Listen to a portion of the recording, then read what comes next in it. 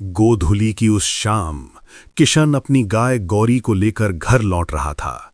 तभी गौरी रस्सी तोड़कर भागी और सीधे शमशान में घुस गई। मजबूरी में किशन भी उसके पीछे अंधेरे शमशान में चला गया। वहां उसे ताजे खाने की खुशबू आई और एक पुरानी कब्र के पास लाल चुनरी ओढ़े एक रहस्यमयी स्त्री दिखी। उसका नाम रत्ना था। अलौकिक सुंदरता मगर आंखों में अजीब उदासी। उसमें किशन को भोजन दिया और शर्त रखी कि उसकी लाल चुनरी कभी उससे अलग न की जाए। मोह में अंधे किशन ने वादा कर लिया और उसे घर ले आया।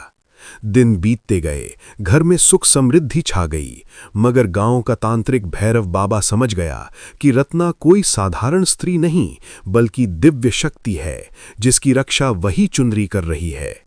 लालच में उसने किशन के मन में जहर घोल दिया कि रत्ना उसकी उम्र चूस रही है। भय और संदेह में डूबे किशन ने एक रात उसकी चुनरी हटाकर नकली चुनरी उड़ा दी। तुरंत भयानक आंधी उठी, झोपड़ी कांपने लगी और रत्ना की आंखों में दिव्य रोशनी चमक उठी। उसने बताया कि वो श्रापित अप्सरा है और वो चुनरी उसे यमदूतों से छिपाती थी। अब कवच हटते ही आकाश फट गया और यमदूत उसे लेने उतरने लगे। उधर भैरव बाबा अपनी काली साधना से उसकी शक्ति हथियाने को तैयार था। किशन को अपनी भूल का एहसास हुआ। उसने बाबा पर वार कर चुनरी वापस पाने की कोशिश की, मगर देर हो चुकी थी। रत्ना दिव्य रूप धारण कर क्रोध से दहक उठी, जबकि यमदूतों की छाया पास आती जा रही थी। प्रेम, विश्वासघात और भय के बीच किशन को आखिरी फैसला लेना था।